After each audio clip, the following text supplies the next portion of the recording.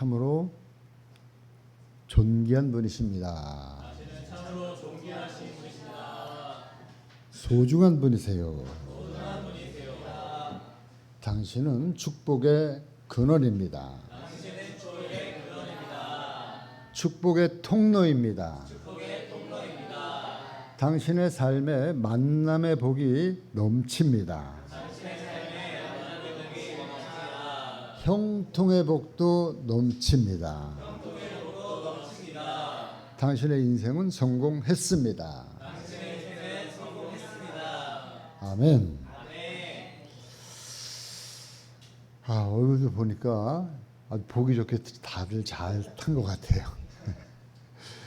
우리 이영자 권사님이 잘 탔어요. 보니까 아주 건강하게 잘 타고 지금 보니까 우리 경민이 형제도 아주 멋있게 잘 타고 아주 제때 잘 갔다 왔는데 이제 입춘도 지나고 보니까는 그래도 큰 더위는 한풀 꺾인 것 같아요. 아직까지도 물론 뭐 33도 뭐 이렇게 올라가긴 해도 그래도 하나님께서 또 모두 이치에 따라서 이제 조금 있으면은 찬바람 불어오고 또 더위를 우리가 충분히 이길 수 있을 것 같습니다. 하나님께서 자기 백성들을 하나님이 범죄할 때는 엄히 징계하셔요.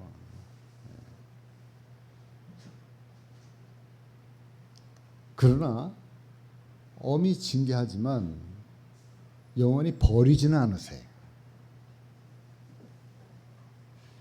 하나님은 택하신 자들을 사랑하신다고 말씀하셨어요. 사랑하신다.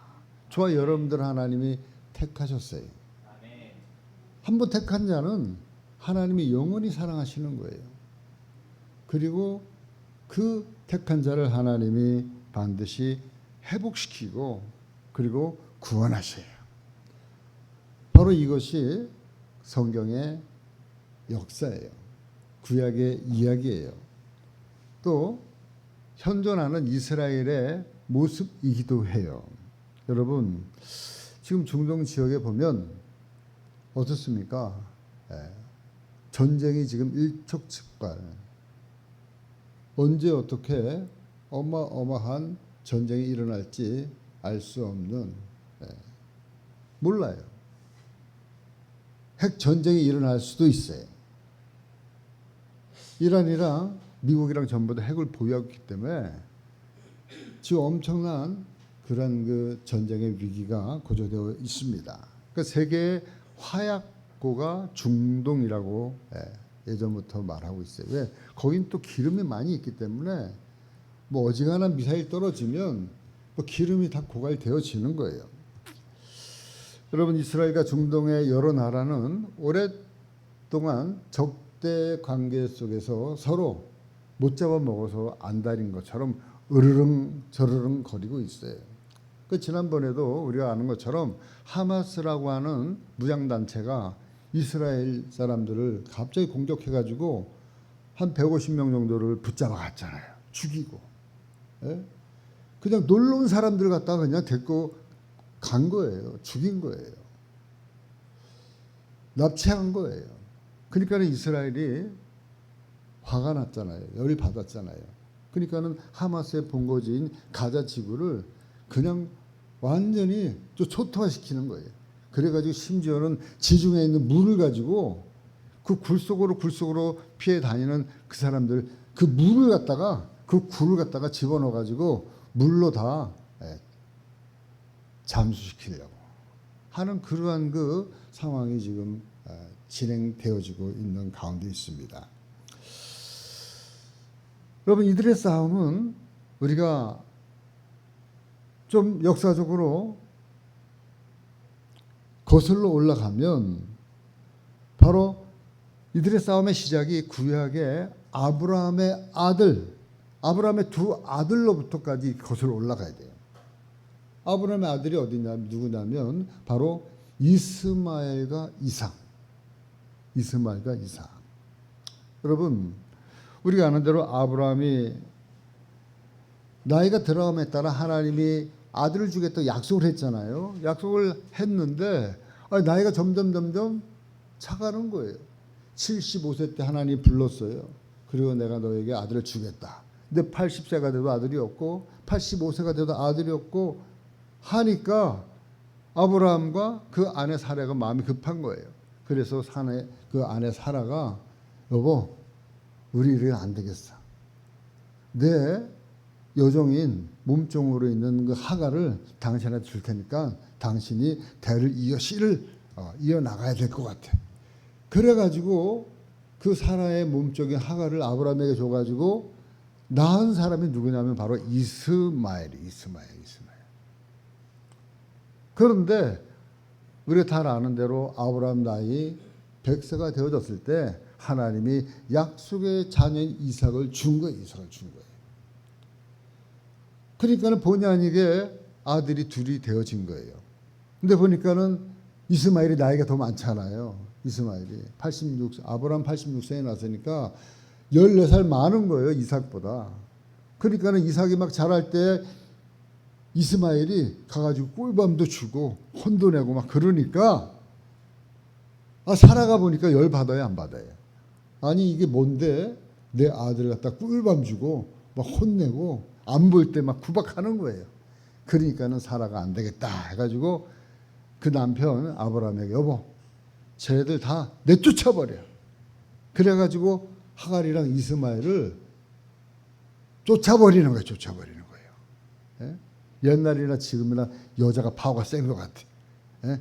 쫓으라 그러면 안 돼 그렇게 했는데 그냥 부인이 쫓으라고 막 그러니까 어쩔 수 없이 아브라함도 내쫓아버려. 아들이지만은 하갈이랑 이스마엘 내쫓아버리는 거예요. 근데 또 성경에 보니까 하나님이 이것을 허락하셨더라. 하나님이 허락하셨어요. 하나님의 허락하에서 쫓아낸 거예요. 그래서 광야로 쫓김을 당한 이 하갈과 이스마엘 마음에 원한이 지겠어요, 안 지겠어요? 원한이 지는 거예요. 저 이삭 저놈 때문에 우리가 쫓겨났다 이렇게 생각을 하게 되어지는 거예요. 그때부터 마음에 이스마엘이 이삭만 보면 이를 가는 거예요. 예? 바로 그 이스마엘의 후예가 누구냐? 바로 중동 지역에 있는 아랍 사람들. 아랍인들의 이 조상이 누구냐면 이스마엘이고요. 이삭의 후예가 누구냐? 바로 이스라엘. 이 두 종족이 이제 종족이 되어지고 부족이 되어지고 나라가 형성이 되어지면서 그때부터 으르렁 싸우면서 지금까지 싸움이 되어지고 있는 거예요. 왜? 우리가 장자다. 내가 맞이다. 예? 내가 아브라함의 이 후손이다. 아브라함의 장자권을 내가 물려받았다. 아니야. 우리는 믿음의 후손이고 바로 이삭부터 야곱으로 이렇게 흘러내려온 우리가 바로 하나님의 적자야. 이렇게 서로 싸움을 하게 되어지는 거예요. 바로 지금까지 서로 이 대립각을 세우면서 싸우게 되어졌어요. 지금까지도 이렇게 싸우고 있는 겁니다. 여러분, 바로 이것은 두 종족 간의 눈에 보이는 싸움. 그러나 그 싸움의 배후에는 누가 있느냐? 바로 하나님과 사단의 영적으로 대립하고 있는 모습을 성경을 통해서 영적으로 우리에게 보여주고 있는 거예요. 실제적으로 역사가 그렇게 지금 싸우고 있지만 그 이면의 배후에는 바로 하나님과 사단이 싸우고 있는 거예요. 바로 이것이 우리의 모습이에요. 저와 여러분들의 영적인 모습이에요. 그러니까 저와 여러분들은 끊임없이 하나님의 자녀이기 때문에 하나님의 백성이기 때문에 사탄과 지금 대립하고 있는 거예요. 사탄과 영적 싸움을 지금 하고 있는 거예요. 끊임없이 사단이 저와 여러분들은 날마다 사탄이 저와 여러분들을 공격하는 거예요. 영적 싸움이 끊임없이 일어나는 거예요. 영적 싸움이. 여러분, 이 싸움에는요 휴전이 없어요. 휴전이. 지금 우리나라는 남과 북이 휴전선을 가지고 지금 휴전을 하고 있지만 영적 싸움에는 휴전이 없다. 휴전이.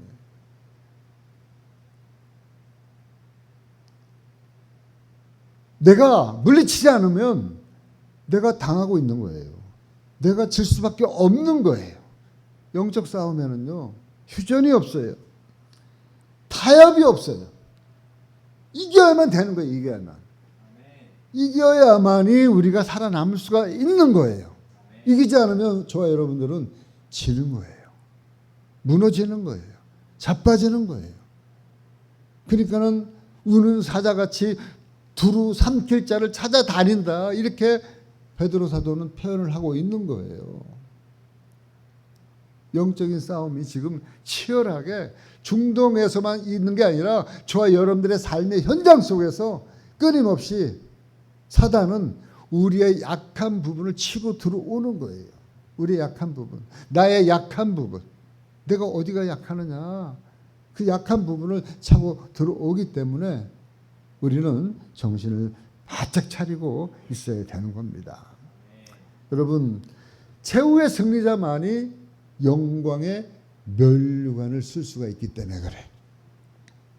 여러분, 지지난주에 제가 말씀드렸어요. 여러분들이 말씀드렸어요. 하나님이 북이스라엘을 멸하실 때 아수르라고 하는 나라를 하나님의 몽둥이로, 하나님의 막대기로 들어 사용하셨어요.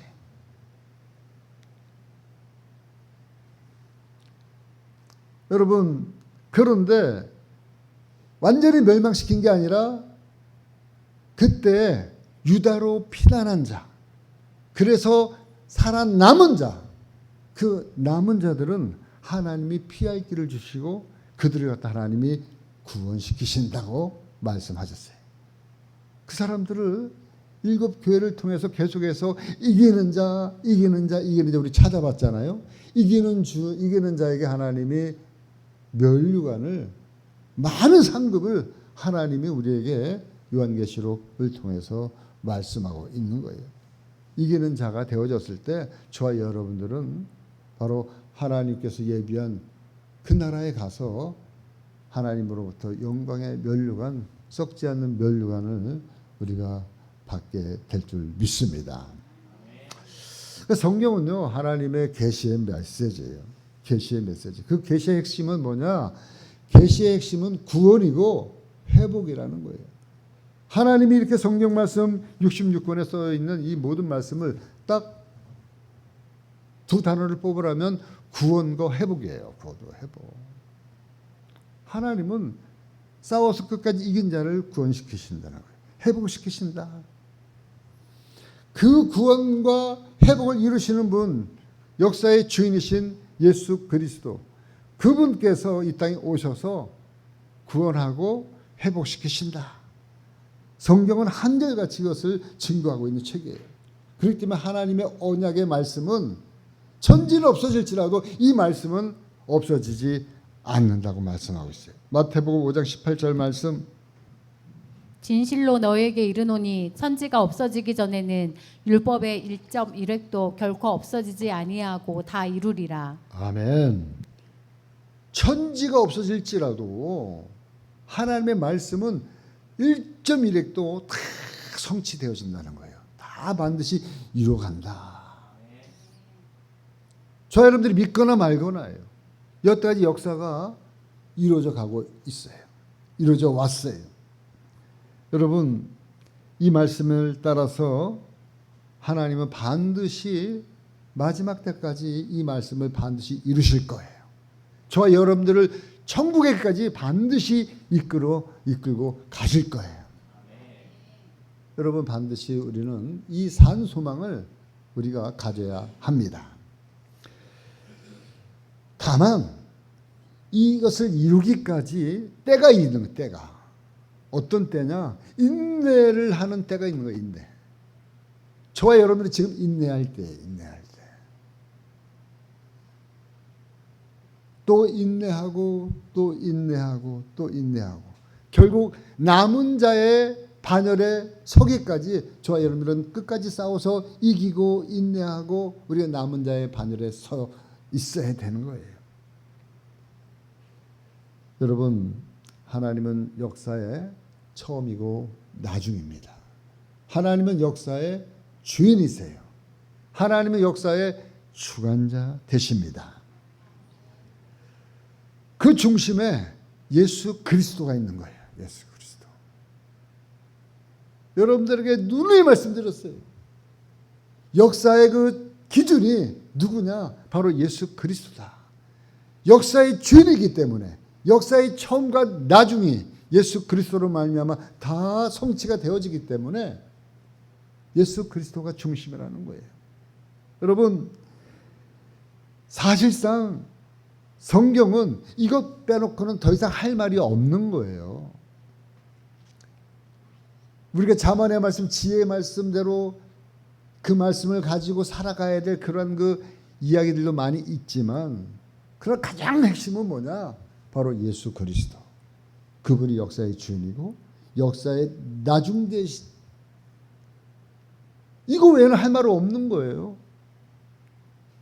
다른 얘기는요, 여러분들이 저보다 더 전문가예요. 여러분, 세상에 그러한 그 지식들 여러분들이 더 젊고 많이 배우고 더 많이 알아요. 그러나 제가 여러분들에게 매주마다 말씀드리는 것은 예수 그리스도, 그분의 구원과 그분의 회복 외에는 다른 것은 제가 더 말할 수가 없는 거예요. 분명한 것은 역사의 기준이 예수 그리스도라고는 사실을 다시 한번 여러분들에게 증거합니다. 바로 그 기준 되시는 메시아의 오심에 대해서 구약 성경은 일관되게 우리에게 선포하고 있어요. 그 선포 중에 가장 많이 선포되어져 있는 메시지가 바로 저와 여러분들이 오늘 읽은 이 이사야라고 하는 사람이 쓴, 선지자가 쓴 이 이사야서에 오실 메시아에 대해서 엄청나게 많이 선포하고 있다는 거예요. 그 메시아, 그 예수 그리스도 오심에 대해서 구체적으로 말씀하고 있는 그것이 바로 오늘 말씀의 주된 내용이에요. 오늘 말씀 5절 말씀, 여호와의 영광이 나타나고 모든 육체가 그것을 함께 보리라. 이는 여호와의 입에 말씀하셨느니라. 9절 말씀, 아름다운 소식을 시온에 전하는 자여, 너는 높은 산에 오르라. 아름다운 소식을 예루살렘에 전하는 자여, 너는 힘써 소리 높이라. 두려워하지 말고 소리 높여 유다의 성읍들에게 이르기를 너희의 하나님을 보라 하라. 11절 말씀, 그는 목자같이 양떼를 먹이시며 어린 양을 그 팔로 모아 품에 안으시며 젖먹이는 암컷들을 온순히 인도하시리로다. 아멘. 여러분, 지금 이 말씀 가만히 읽어보면 누구를 떠오르게 해요. 누가 떠올라야 돼요. 누가 떠올라요? 예수님. 아니, 예수님 오시기 700년 전에 인물이 지금 쓰고 있는 이 말씀을 읽으면요, 누가 떠올라요. 저와 여러분들은 복받은 사람들이에요. 왜? 이 말씀의 주인공이 누군지 아는 거예요. 이사야는 쓰면서도 막연하게 하나님의 감동을 받아 쓰긴 쓰지만 이게 뭘 얘기하는지 모르고 쓰고 있는 거예요. 그러나 저와 여러분들 이 말씀을 지금 들으면서, 아, 이분이 누구예요? 예수님. 이사야가 메시아라고 얘기하고 있는 이 하나님의 여호와의 영광, 목자같이 양떼를 먹이시는 분. 여러분, 이 말씀을요, 사복음서를 쓰고 있는 그 복음서 기자들이 이 말씀을 그대로 다 인용을 해가지고 말씀을 하고 있어요. 예수님에 대해서 예언되어졌던 이사야서를 가지고 와서 그대로 복음서에서 증거하고 있는 거예요. 여러분, 걔를 한번 제가 맞춰보겠어요. 이사야 40장 5절 말씀, 여호와의 영광이 나타나고 모든 육체가 그것을 함께 보리라. 이는 여호와의 입이 말씀하셨느니라. 아니, 여호와의 영광이 나타났는데 그 모든 육체가 그것을 함께 본다고 얘기하고 있어요. 이 말씀을 요한복음 1장 14절 말씀에 보니까 뭐라고 그랬어요? 말씀이 육신이 되어서 우리 가운데 거하심에 우리가 그의 영광을 보니 아버지의 독생자의 영광이여 은혜와 진리가 충만하더라. 말씀이 육신이 돼가지고 왔다는 거예요. 그래서 그 하나님의 여호와의 영광이 많은 사람들에게 보여졌다는 거예요. 은혜와 진리가 충만한. 그러니 이사야가 얘기한 이 말씀을 그냥 뭐 빼도 박도 못하게 이분은 바로 예수 그리스도, 말씀이 육신이 되어 오신 분. 기가 막히지 않아요? 뿐만 아니라 여러분, 이사야 40장 9절 말씀에 보니까 아름다운 소식을 전하는 자여 너는 높은 산에 오르라. 아름다운 소식을 예루살렘에 전하는 자여 너는 힘써 소리를 높이라. 두려워하지 말고 소리를 높여 유다의 성읍들에게 이르기를 너희의 하나님을 보라. 하나님을 보래요. 하나님을 어떻게 볼 수가 있어요? 그런데 요한복음 1장 29절 말씀에 보니까 지금 세례 요한이 얘기하고 있어요. 이튿날 요한이 예수께서 자기에게 나오심을 보고 이르되, 세례 요한에게 예수님이 세례를 받으러 나오시는 거예요. 침례를 받으러. 그럴 때 세례 요한이, 침례 요한이 예수님을 딱 보니까 뭐라고 얘기하고 있어요? 보라! 세상 죄를 지고 가는 하나님의 어린 양이 이러다. 보라. 아니 지금 세례 요한이 예수님 나오는데 걸어오시는데 보니까는 딱하니 이분이 하나님의, 이사야가 얘기하고 있는 하나님의 어린 양이 지금 자기 앞에 걸어오고 있는 거예요. 세례 요한은 어떻게 알았을까요? 이사야가 얘기한 이 말씀 보고 아는 거예요. 여러분, 이사야 40장 11절 말씀, 그는 목자같이 양떼를 먹이시며 어린 양을 그 팔로 모아 품에 안으시고 젖 먹는 암컷들을 온순히 인도하시리라. 우리가 여러분 예수님을 생각할 때 요한복음 10장에서 뭐라고 얘기했습니까? 나는 선한 목자라. 나는 내 양을 알고 양도 나를 아는 것이, 아버지께서 늘 아시고 내가 아버지를 아는 것 같으니 나는 양을 위하여 목숨을 버리노라. 또 이 우리에 들지 아니한 다른 양들이 내게 있어 내가 인도하여야 할 터이니 그들도 내 음성을 듣고 한 무리가 되어 한 목자에게 있으리라. 우리가 예수님 생각할 때는 목자 아니에요? 양을 품고 있는 목자잖아요, 예수님. 근데 그 모습을 지금 이사야 선지자가 마치 보고, 그림을 보고 들녘에서 목동이 양을 안고 있는 것을 보고 이야기한 것처럼 예수님의 모습을 그대로 이사야 21장 말씀 이하에 기록해 놓고 있다는 거예요. 여러분, 이 정도로 메시아에 대해서 예수 그리스도의 오심에 대해서 이 이사야는 정확하게 이렇게 기록을 해놓고 있고, 그리고 예수님의 그 사도들이 예수님을 보니까 그 말씀대로 그대로 예수님의 모습, 예수님의 삶, 그것이 그대로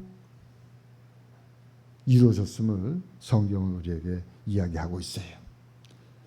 뿐만 아니라 한 가지 더 놀라운 것은요, 이사야 선지자는 뭘 얘기하고 있냐면 메시아만 얘기한 게 아니라 메시아보다 앞서서 메시아가 올 그 길을 갖다가 준비할 팀장을 먼저 보내겠다고 이사야는 얘기하고 있는 거예요. 그 팀장이 누구예요? 세례 요한. 예수님보다 6개월 먼저 났어요. 6개월 먼저 난 세례 요한에 대해서도 이 이사야는 이야기를 하고 있는 거예요. 바로 구약의 마지막 선지자인 세례 요한. 누가는 이렇게 얘기하고 있습니다. 누가복음 3장 3절로부터 6절 말씀까지. 요한이 요단강 부근 각처에 와서 죄 사함을 받게 하는 회개의 세례를 전파하니 선지자 이사야의 책에 쓴 바 광야에서 외치는 자의 소리가 있어 이르되 너희는 주의 길을 준비하라. 그의 오실 길을 곧게 하라. 모든 골짜기가 메워지고 모든 산과 작은 산이 낮아지고 굽은 것이 곧아지고 험한 길이 평탄하여질 것이요 모든 육체가 하나님의 구원하심을 보리라 함과 같으리라. 아멘. 이 말씀은 어디에 나와 있는 말씀이에요? 이사야. 우리가 지금 읽은 40장 3절에서 5절 말씀을 그대로 갖다 붙여놓은 거예요. 그대로 갖다. 이 누가라고 하는 사람이 이 복음서 누가복음을 기록할 때 예수님에 관해서 자세하게 연구하고 그리고 살핀 이 의사 누가가 지금 기록을 하면서 예수님에 대해서 메시아에 대해서 기록할 때 이사야 선지자가 말했던 그 말씀을 그대로 가지고 와가지고 이야기하고 있는데 이 사람이 누구냐면 세례 요한에 대해서 설명하고 있는데 세례 요한이 그대로 지금 예수님의 가시는 그 길을 갖다가 외치고 있는 거잖아요. 외치고 있는 거예요. 그렇기 때문에 여러분 세례 요한도 정확하게 성경에는 예언되어져 있고 성경에서는 정확하게 이루어졌습니다. 바로 이러한 것들을 우리가 통해서 볼 때 성경의 말씀은 예수님은 역사적인 사실이고 성경적인 사실에 근거해서 이 말씀을 기록하고 있다는 거예요.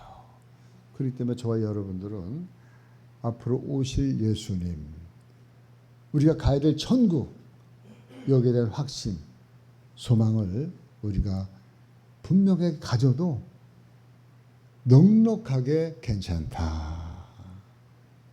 구원의 확신을 갖는 저와 여러분들 되어지기를 주님의 이름으로 간절히 축원합니다. 그러한 그 메시아에 대해서 이사야 선지자는 오늘 두 가지를 얘기하고 있어요. 메시아가 오면 무엇을 하냐? 어떤 일을 하느냐? 첫 번째, 바로 메시아의 첫 번째 사역은 뭐냐면 죄를 사하는 구원의 사역을 하기 위해서 이 땅에 오셨다는 거예요. 그 말씀이 3절의 말씀이에요. 이사야 40장 3절 말씀. 외치는 자의 소리여 이르되 너희는 광야에서 여호와의 길을 예비하라. 사막에서 우리 하나님의 대로를 평탄하게 하라. 아멘. 여기 말씀을 보니까 여호와의 길이 나와요. 하나님의 대로가 나와요. 여호와 하나님께서 계획하신 구원의 길과 구원의 방법, 이것이 바로 여호와의 길이에요. 하나님의 대로예요. 이 길을 세례 요한을 통해서 먼저 6개월 이 땅에 보내셔서 바로 그 길을 예비해 놓으라고 지금 말씀하고 있는 그 길. 그 길이 뭐냐? 바로 회개하고 돌아올 그 길을 이야기하고 있는 거예요. 세례 요한을 통해서 외치라고 얘기하고 있는 거예요. 세례 요한을 통해서 앞으로 메시아가 네 뒤로 올 텐데 그분이 외칠 때 구원의 길과 구원의 방법을 외칠 때 잘 받아들이도록 네가 먼저 앞서가서 준비하라, 예비하라. 하나님의 대로를 평탄케 하라.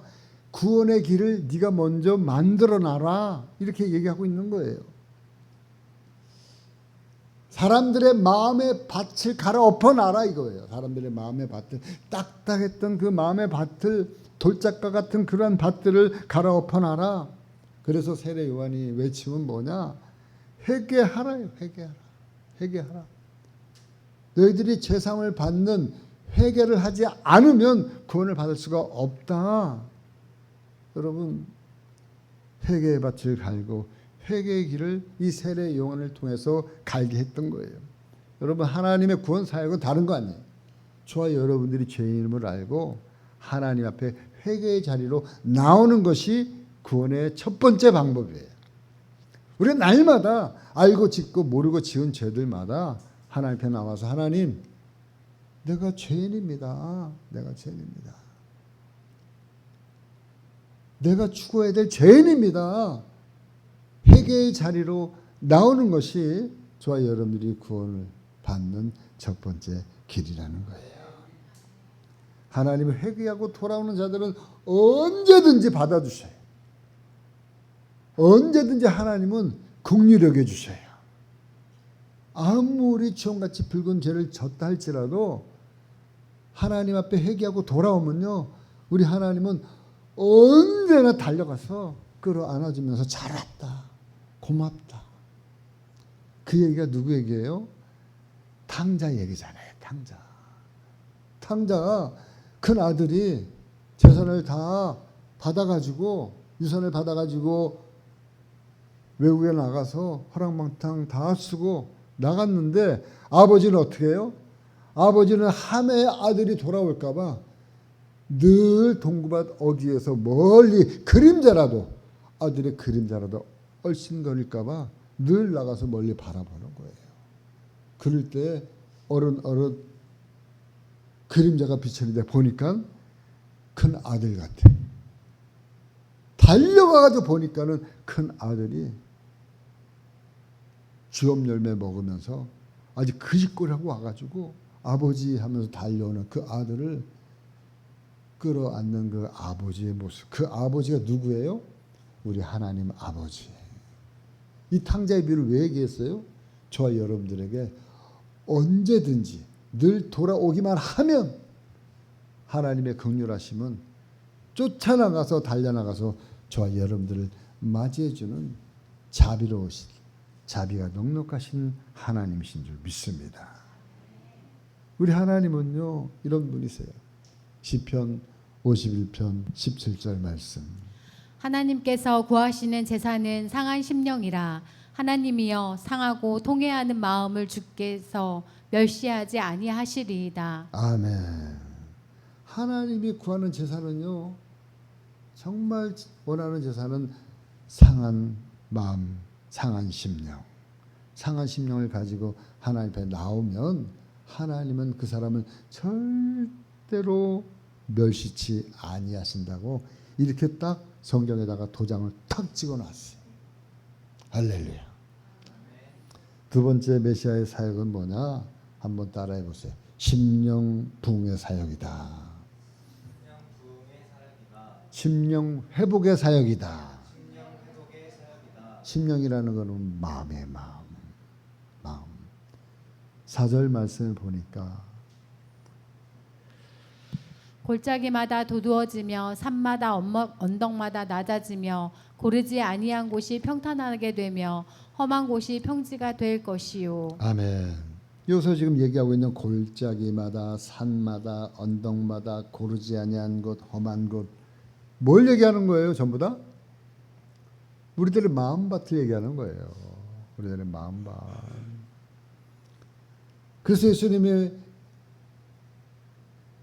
좋은 밭에 대해서 비유로 말씀하셨잖아요. 그 밭에는 몇 가지 밭이 있어요? 4가지 밭. 첫 번째는 뭐가 있어요? 돌짝밭, 가시밭. 또 뭐 있어요? 길가밭. 그 다음에 좋은 밭. 이걸 갖다가 지금 이렇게 이야기하고 있는 거예요.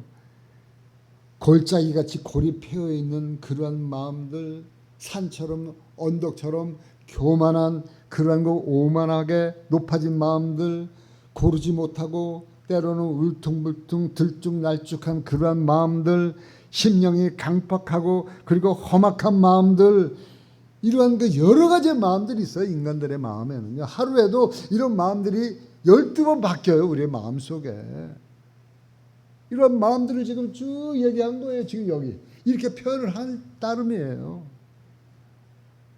그러한 그 마음들을 오실 메시아가 예수 그리스도가 오시면 그런 마음들을 하나님이 정리한다는 거예요. 그런 마음들을 회복시킨다는 거예요. 올라간 마음들은 내려가게 하고 내려간 마음들은 올라가게 하고 딱딱한 마음들은 물렁물렁하게 하고 그래서 어떠한 씨가 뿌려져도 그 씨가 bek혀서 뿌리를 내려서 잘 자랄 수 있도록 심령의 회복과 심령의 부흥을 이루신다는 거예요. 바로 예수 그리스도가 이 땅에서 하신 사역이 바로 이 사역을 하기 위해서 이 땅에 오신다는 거예요. 바로 성령의 사역을 통해서 심령 부흥이 심령 회복의 역사가 이루어졌고요. 그리고 앞으로도 이루어져 갈 거예요. 성경에 보면 예수님의 제자들이 대부분이 이렇게 변화된 사람들이에요. 우리가 아는 요한복음을 쓴 요한 사도의 별명이 뭐냐면 사랑의 사도잖아요. 요한하면 사랑의 사도예요. 그래서 요한 1, 2, 3서를 보면 맨 예수님의 사랑에 대해서 많이 쓰고 있어요. 너희가 이렇게 예수님의 사랑 가운데 거하라. 그런데 여러분, 이 사도 요한의 원래 별명이 뭔지 아세요? 우레의 아들이에요. 우레의 아들. 우레가 뭐예요? 천둥 번개 칠 때 어저께 보니까 우레가 치는데 어저께 막 우르르 꽝꽝꽝꽝 하는데, 이 사랑의 사도의 요한이 원래는 그랬던 사람이라는 거예요. 예? 얼마나 우르르 꽝꽝 거리면 별명이 우레였겠어. 우레였던 이 사도 요한이 나중에는 사랑의 사도로 바뀐 거예요. 늘 입만 열면 사랑. 예? 입만 열면. 여러분, 베드로는 어떻습니까? 베드로는요, 성질이 어때요? 급하기로 유명해요. 급하기로. 뭐 그냥 뭔 물어보면 먼저 대답해. 맞든 틀리든. 예? 생각 없이 막 그냥. 예? 그랬던 베드로가 나중에는 뭐라고 얘기해요? 신의 성품에 참여하는 그런 사람이 되도록, 왜? 자기도 그랬던 사람인데 신의 성품에 참여해가지고 온유한 사람이 되어진 거예요. 이 사도 베드로가. 예수님의 12제자만 그런 게 아니에요. 성경에 나오는 많은 사람들, 삭개오, 사마리아 여인들, 7 귀신 들렸던 막달라 마리아, 시각장애인이었던 바디메오, 베데스다에 38년 된 그러한 그 지체장애했던 사람들, 이런 사람들 전부 다 보면은 다 예수님을 만나고 나서 다 심령이 회복되어지고 심령이 변화되어지고 하나님의 사람으로 변화되어졌다는 사실이에요. 바로 이것이 예수님이 이 땅에 오셔서 해야 될 일임을 이사야를 통해서 이렇게 지금 이야기하고 있는 거예요. 그 일을 갖다 예수님이 이루셨어요. 그 사역이 오늘날까지도 예수님이 복음이 전파되어지는 곳곳마다, 우리 교회든 저쪽 교회든 또 더 나아가서 선교사님들이 가서 복음을 전하던 어떤 지역이든 어떤 사람이든 예수님을 만나면 사람들이 어떻게 돼요? 마음이 변화되어지는, 마음이 바뀌는 거예요. 어떤 마음으로요? 온유한 마음으로, 사랑의 마음으로, 하나님의 성품으로 변화가 되어지는 거예요. 하루아침에는 안 되지만 조금씩. 우리 이영자 권사님 아들도 그렇게 변한 거예요. 아들도. 예? 이영자 권사님 아들 장로님이 옛날에 강팍했다고 권사님 얘기해서 아는 거잖아요. 지금은 장로님이 되셔가지고 지금도 변하는 과정에 있는 거예요. 예수님 만났기 때문에.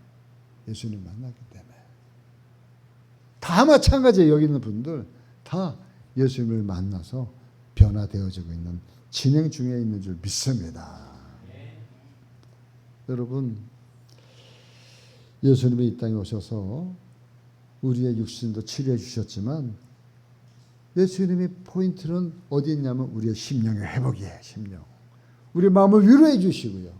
우리의 마음을 붙들어 주시고요. 우리의 마음을 회복시켜 주셨단 말이에요. 거기에 생명의 불까지도 우리에게 넣어주셨어요. 우리에게 사명을 주셨어요. 하나님의 입에서 나오는 말씀을 통해서 이렇게 변화시킨 거예요. 그렇기 때문에 5절 말씀 이렇게 얘기하고 있어요. 여호와의 영광이 나타나고 모든 육체 것을 함께 보리라. 이는 다 같이 여호와의 입이 말씀하셨느니라. 왜 여호와께서 말씀하셨느니라 이렇게 얘기 안 하고요. 굳이 여호와의 입이 말씀하셨느니라 이 말을 왜 했을까요? 생각해 보니까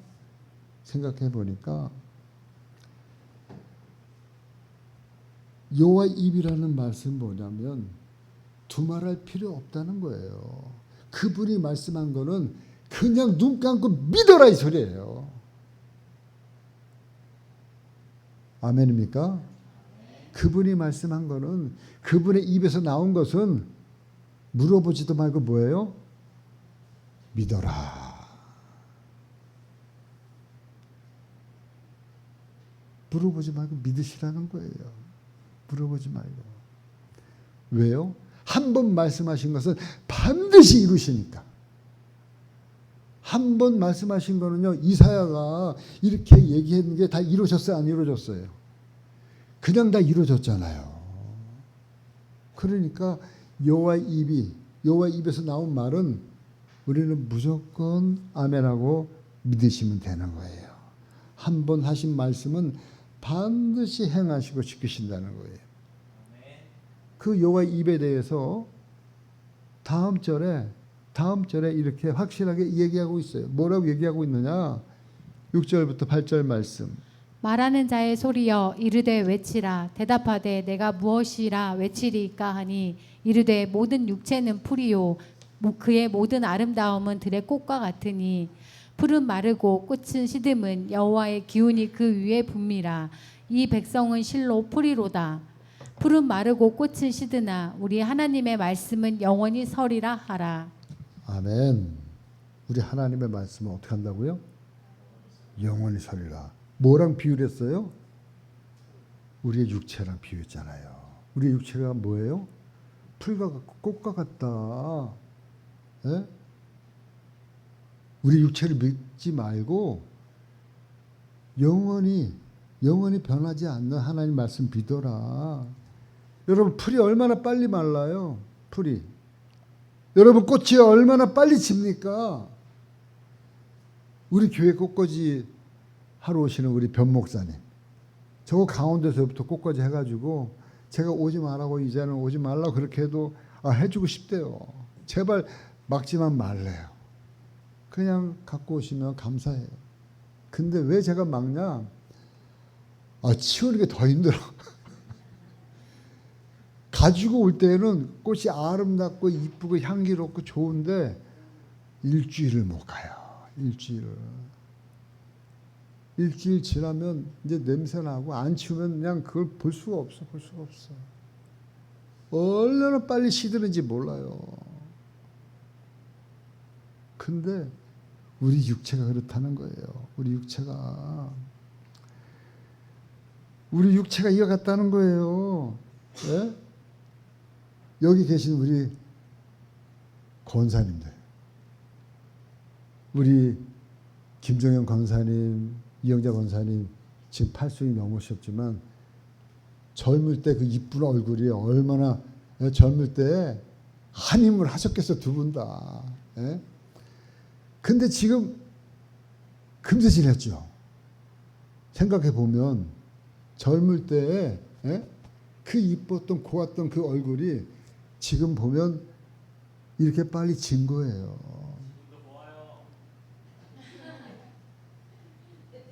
물론 지금도 곱죠. 고와요.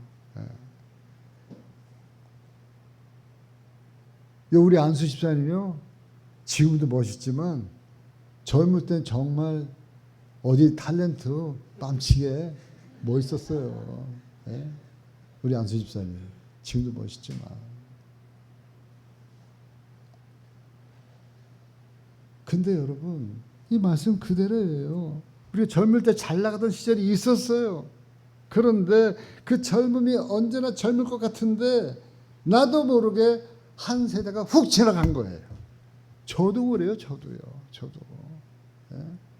한 세대가 훅 지나가서 저도 어느새 60이 넘었어요. 또 금세 또 찬바람 불면서 한 살 더 먹어.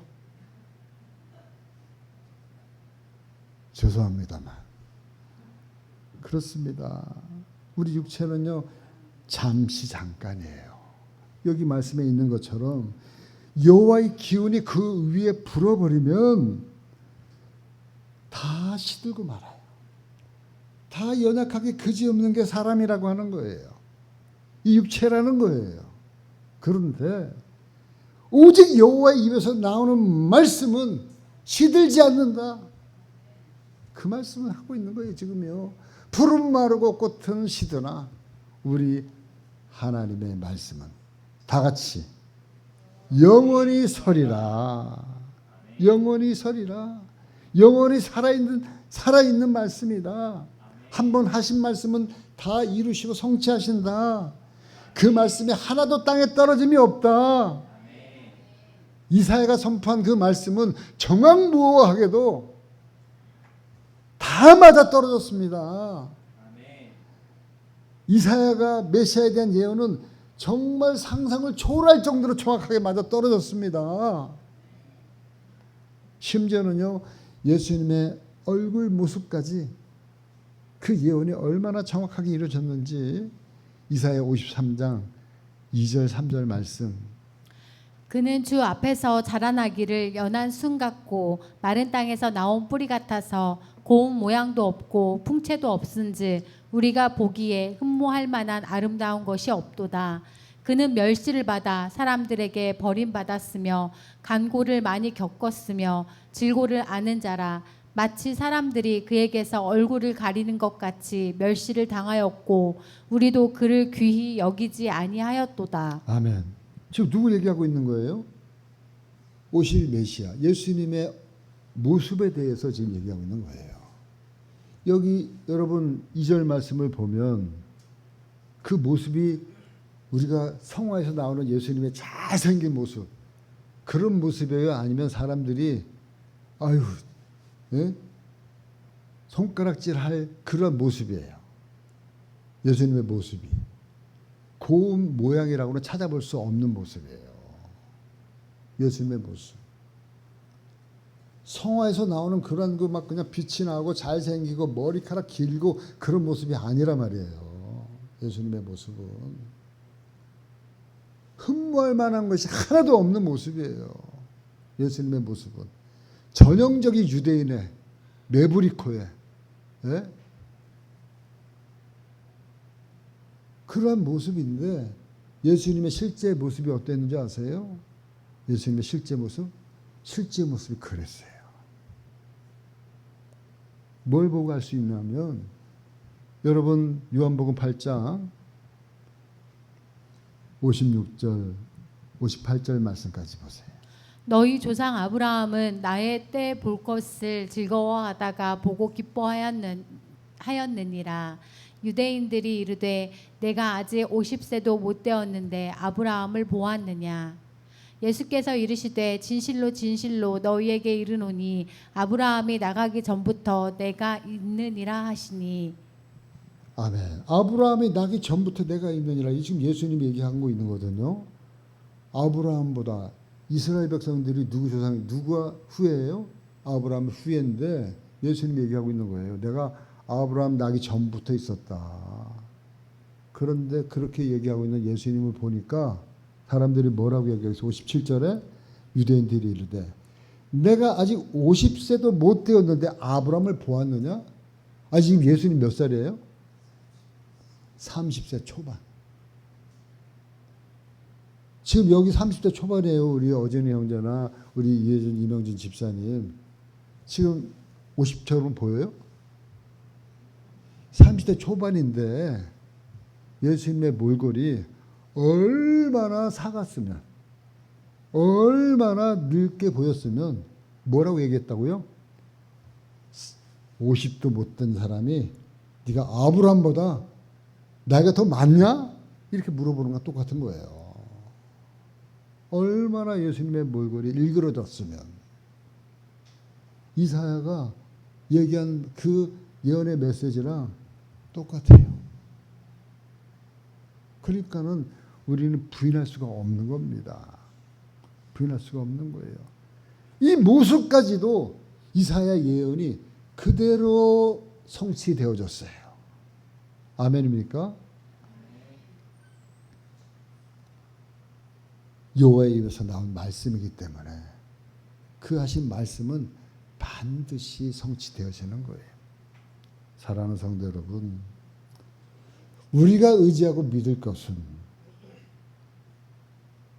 오직 여호와 그분의 입에서 나온 말씀, 그것 외에는 없는 줄 믿습니다. 앞으로 우리가 믿을 것은요, 앞으로 예수님 다시 오신다고 얘기했잖아요. 예수님이 재림하신다고 얘기했잖아요. 그 재림, 그분의 다시 오심을 성경은 분명하게 예언하고 있어요. 그렇기 때문에 저와 여러분들은 다시 오실 예수님을 기다려야 돼요. 믿음 안에서 기다려야 돼요. 인내하면서 기다려야 돼요. 성령의 기름 부음을 받아가지고 그 우리의 심령의 등불을 갖다가 우리가 밝히면서 그 다섯 신부가 그 신랑을 기다리는 마음으로 우리가 다시 오실 예수님을 우리가 기다리는 심정으로 우리가 이 땅에서 신앙생활 해야 될 줄 믿습니다. 우리에게 주어진 하루하루 즐거운 마음으로 이기면서 나누면서 우리가 이 신앙을 기쁨으로 이겨나가시는 우리 모든 늘푸른 교회 성도들 되어지기를 주님의 이름으로 간절히 축원합니다.